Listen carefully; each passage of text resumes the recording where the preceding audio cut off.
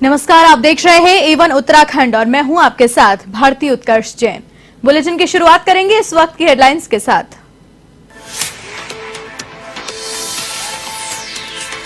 CM Pushkar Singh Dhami का खटीमा दौरा, शहीद सम्मान यात्रा की शिरकत।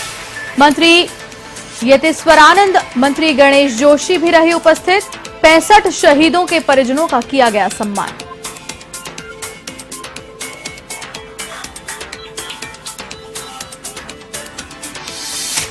उत्तराखंड में देवस्थानम बोर्ड को सीएम धामी ने किया भंग, कहा लोगों की भावनाओं को देखते हुए उठाया कदम। लंबे समय से पुरोहित और पुजारी कर रहे थे विरोध प्रदर्शन, पुरोहितों ने जताया सीएम का आभार।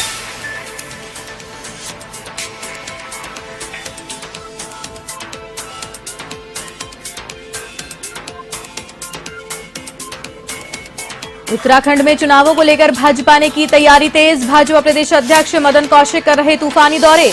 2022 में फिर से बीजेपी सरकार बनाने का किया दावा।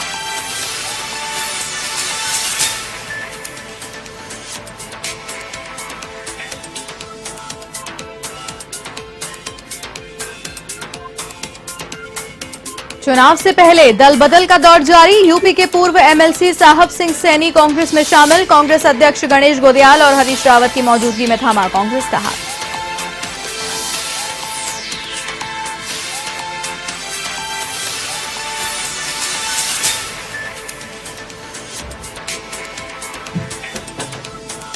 बढ़ते कोरोना के मामलों को देखते हुए प्रशासन अलर्ट मोड पर, टेस्टिंग के साथ वैक्सीनेशन अभियान शुरू। सीमाओं पर भी चौकसी और यात्रियों की नेगेटिव रिपोर्ट जरूरी।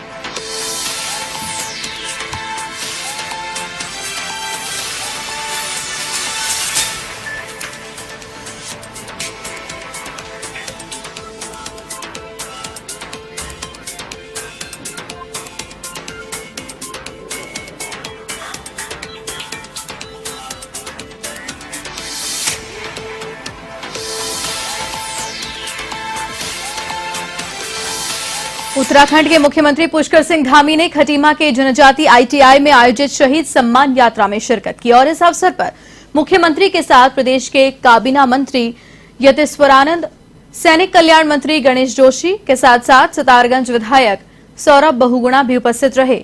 इस दौरान मुख्यमंत्री पुष्कर सिंह धामी ने सीमांत क्षेत्र के 65 शहीदों के परिजनों को सम्मान पत्र व शॉल ओढ़ाकर सम्मानित किया।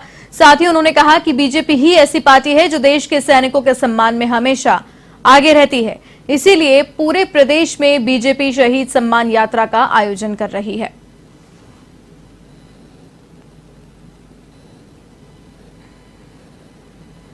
पूरे प्रदेश के अंदर माननीय मुख्यमंत्री जी के निर्देशन में सैनिक कल्याण मंत्रालय के अंतर्गत शहीदों के सम्मान की यात्रा चल रही है। उसी कड़ी में आज खटीमा की पवित्र भूमि में शहीदों के सम्मान के लिए आज माननीय मुख्यमंत्री जी यहाँ पर पहुंचे हैं। तो निश्चित रूप से आज हम देश में अगर चैन की नींद सोते हैं उसमें हमारा सैनिकों का अहम भूमिका है। अगर वो सीमाओं पर नहीं होंगे उसमें कहीं न कहीं हमारे सामने एक बहुत बड़ी समस्या खड़ी हो सकती है। तो हमारा जो उत्तराखंड है ये सैनिकों का प्रदेश है। कोई भी ऐसा जंग नहीं है हिंदुस्तान का जिसमें हमारे उत्तराखंड के सैनिक शहीद न होते हो।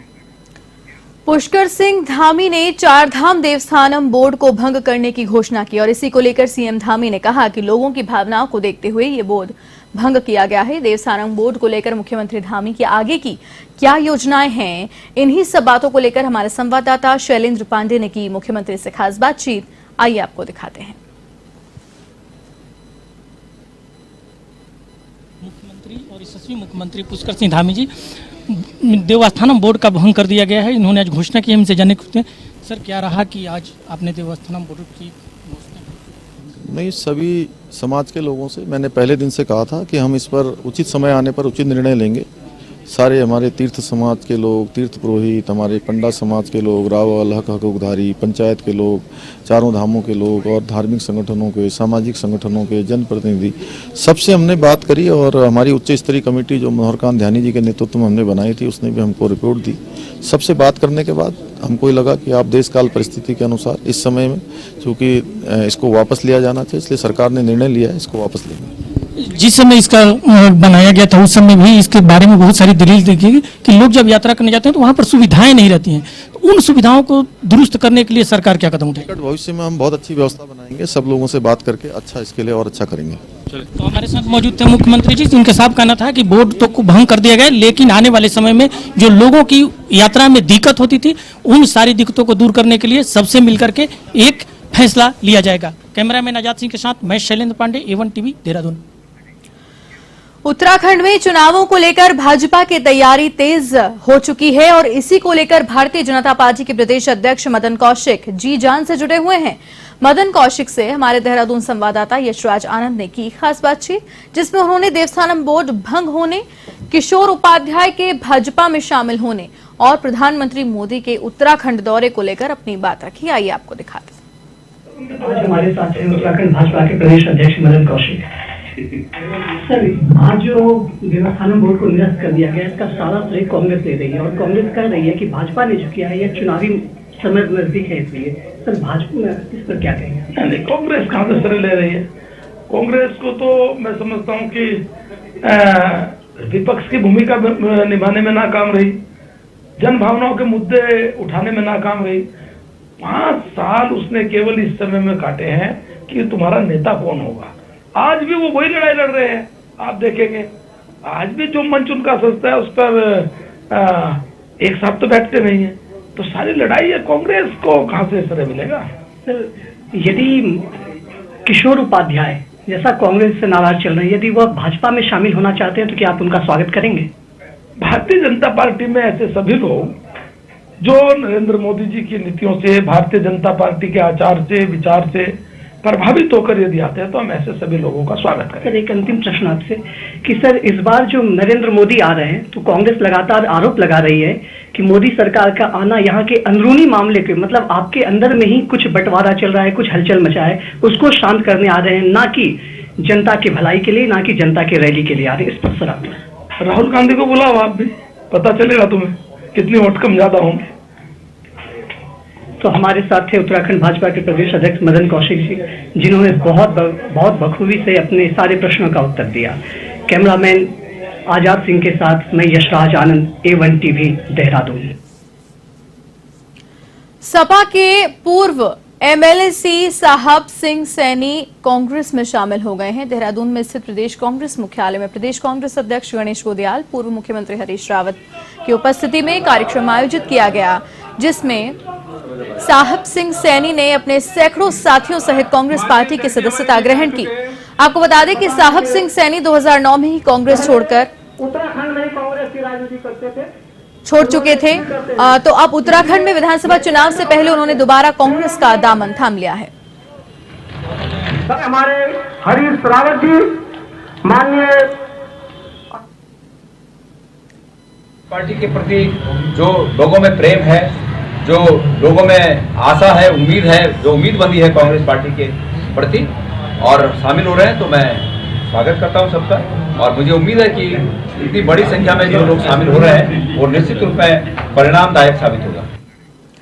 उत्तराखंड राज्य को बने 21 वर्ष हो चुके हैं, पर आज भी ये अपनी स्थायी राजधानी नहीं बना पाया है। राज्य में लगातार भाजपा और कांग्रेस की सरकारें काबिज रहीं, पर गैरसैंण को स्थायी राजधानी को कोई भी दल स्थायी राजधानी घोषित नहीं कर पाया, जिसे लेकर अब फिर एक बार राजधानी का मुद्दा राजनीतिक गलियारों में उठने लगा है।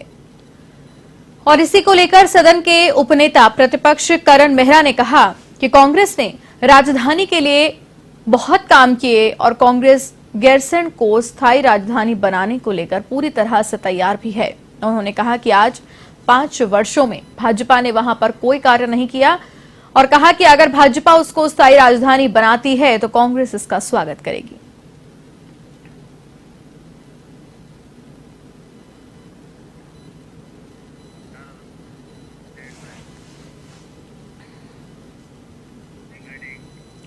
खबर हरिद्वार के रोशनाबाद से है, जहां जिलाधिकारी ने 11 रथों को हरी झंडी दिखाकर रवाना किया। सभी रथ हर गांव गली में जाकर मतदाताओं को जागरूक करने का काम करेंगे। जिलाधिकारी विनय शंकर पांडे ने बताया कि पुराने और नए मतदाताओं को ये रथ जागरूक करने का काम करेंगे। कुछ मतदाता तो पहले से ही जागरूक हैं और कुछ मतदाता जिन्होंने अभी 18 वर्ष की आयु में प्रवेश किया है उन्हें अपने मत को सही इस्तेमाल करने की जानकारी भी देंगे कि किस तरह से ईवीएम मशीन पर अपने मत का प्रयोग करना है।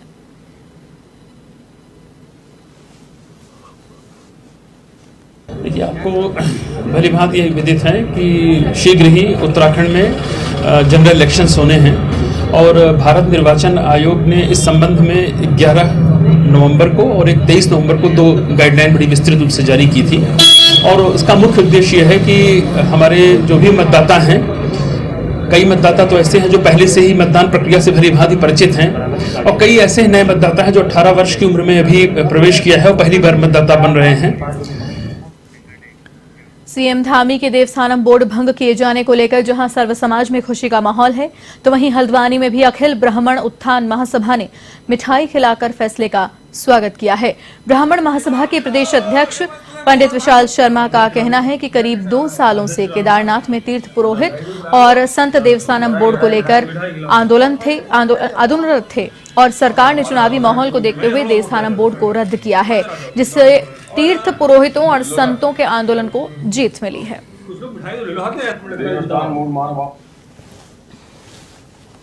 आज ये हमारे लिए बड़े हर्ष का विषय है जो उत्तराखंड सरकार के सीएम पुष्कर सिंह धामी द्वारा जो ये देवस्थानम बोर्ड जो है भंग करा है और ये हम समस्त जो ब्राह्मण हमारा उत्थान महासभा है इसका जो है स्वागत करती है और धन्यवाद देती है उत्तराखंड सरकार को। और साथ ही मैं सरकार से कहना चाहूँगा जो हम पिछले कई वर्षों जो परशुराम जयंती अवकाश या अन्य ब्राह्मण हित की मांगों को लेकर जो हम कई बार ज्ञापन दे चुके हैं, कई धरने दे चुके हैं, लगातार संघर्ष कर रहे हैं।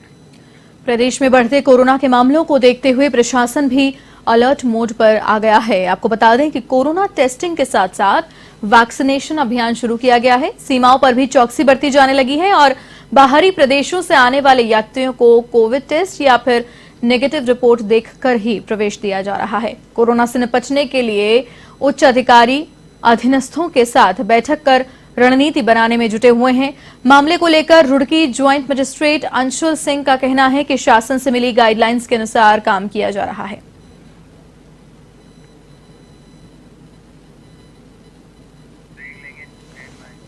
कोरोना वायरस की तीसरी लहर और नए म्यूटेंट ओमिक्रॉन के बढ़ते खतरे को देखते हुए स्वास्थ्य महकमा अलर्ट मोड पर है। कोटद्वार में स्वास्थ्य विभाग की ओर से अस्पताल में पर्ची बनाने के लिए आने वाले मरीजों का पहले ही आरटीपीसीआर टेस्ट करवाया जा रहा है, तो वहीं बॉर्डर, रेलवे स्टेशन, भीड़भाड़ वाले स्थान और सार्वजनिक स्थानों पर आरटीपीसीआर की व्यवस्था भी की गई है। इसके तहत रैंडम सैंपलिंग की जा रही है।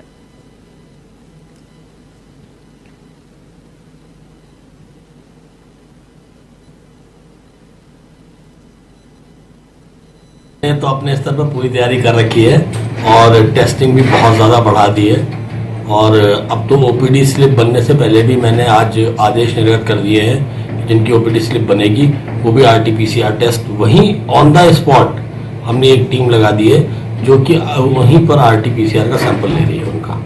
और डीसीएससी में हमारा बाकायदा सैंपल चल ही रहा है जहाँ से डेली सैंपलिंग एज यूजुअल होती है और लैब में रैपिड एंटीजन हो ही रहा है। आज भी बहुत लोगों का हुआ है, तो तैयारी हमारी पूरी है। पहाड़ी जनपदों से जिला विकास प्राधिकरण को खत्म किए जाने की मांग को लेकर आंदोलन जारी है। अल्मोड़ा में सर्वदलीय संघर्ष समिति के लोग विगत 3 साल से धरना कर रहे हैं। उनका कहना है कि किसान आंदोलन और देवस्थानम बोर्ड को लेकर आखिर में सरकार को झुकना पड़ा, जबकि प्राधिकरण के खिलाफ लोगों में भारी आक्रोश है। बावजूद इसके सरकार इसे समाप्त करने का फैसला अभी तक नहीं ले पाई है। नगरपालिका अध्यक्ष प्रकाश चंद्र जोशी ने कहा कि नवंबर 2017 में जब से प्रदेश सरकार ने इसे लागू किया है, तब से ही संघर्ष समिति लगातार इसका विरोध कर रही है। प्रदेश सरकार सर्व करो। हमारी मांग इसीलिए है कि जिला स्तरीय विकास प्राधिकरण को जनहित में समाप्त किया जाए, क्योंकि इसमें भ्रष्टाचार सिद्ध हो चुका है। माननीय मुख्यमंत्री ने खुद अल्मोड़ा में आकर के इस चीज को स्वीकार किया है। किसान आंदोलन के लिए सरकार को झुकना पड़ा, उसे वापस लेना पड़ा, संसद में ये कानून वापस हो गए। देवस्थानम बोर्ड जिसका विरोध हो रहा था उसको सरकार को आज वापस कर लेना पड़ा है। अब मैं ये नहीं समझ पा रहा हूँ कि ये जिला स्तरीय विकास प्राधिकरण से लोग इतने परेशान हैं, उसको सरकार वापस क्यों नहीं ले रही है। उत्तराखंड के डोईवाला अस्पताल में पीपीपी मोड खत्म करने की मांग को लेकर यूकेडी ने राज्य सरकार के खिलाफ विरोध प्रदर्शन किया है। आपको बता दें कि डोईवाला विधायक और पूर्व मुख्यमंत्री त्रिवेंद्र सिंह रावत ने मुख्यमंत्री बनते ही डोईवाला की जनता के लिए अस्पताल को पीपीपी मोड पर देकर बड़ी सौगात दी थी। हालांकि स्थानीय जनता ने इसका जमकर विरोध किया था और लगभग 1 माह तक अस्पताल परिसर में धरना प्रदर्शन भी चला, लेकिन सरकार ने अस्पताल को 5 वर्ष के लिए निजी अस्पताल के सुपुर्द किया। इस बीच एक बार फिर से इस अस्पताल को लेकर सियासत गर्मा गई और यूकेडी ने डोईवाला चौक पर अस्पताल को पीपीपी मोड से मुक्त करने की मांग की है।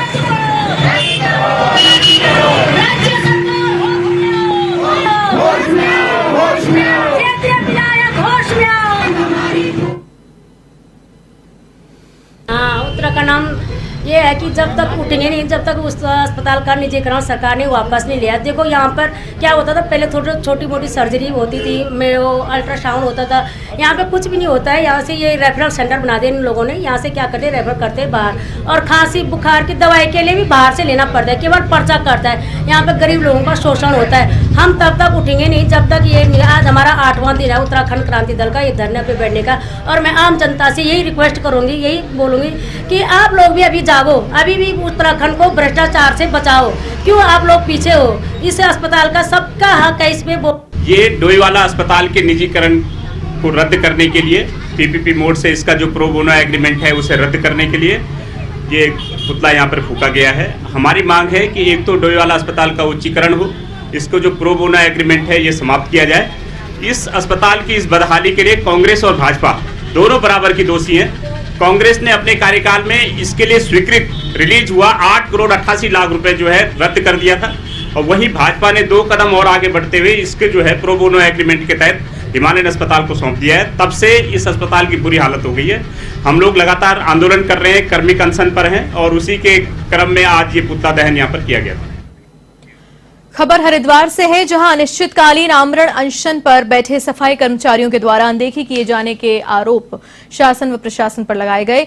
कर्मयोगी कल्याणकारी समिति के बैनर तले दिए जा रहे अनिश्चितकालीन आमरण अनशन को लेकर संस्था के जिला महामंत्री कन्हैया चंचल ने कहा कि सफाई कर्मियों को आमरण अनशन और भूख हड़ताल पर बैठे हुए 17 दिन हो गए हैं, जिसके चलते जिला अध्यक्ष सुशील वाल्मीकि की हालत बेहद नाजुक हो गई है, जिन्हें जिला चिकित्सालय में भर्ती कराया गया है। उन्होंने शासन प्रशासन को चेतावनी देते हुए कहा कि अगर जिला अध्यक्ष को कुछ हो जाता है तो धरने पर बैठे समस्त सफाई कर्मचारी अपने बच्चों सहित आत्मदाह कर लेंगे।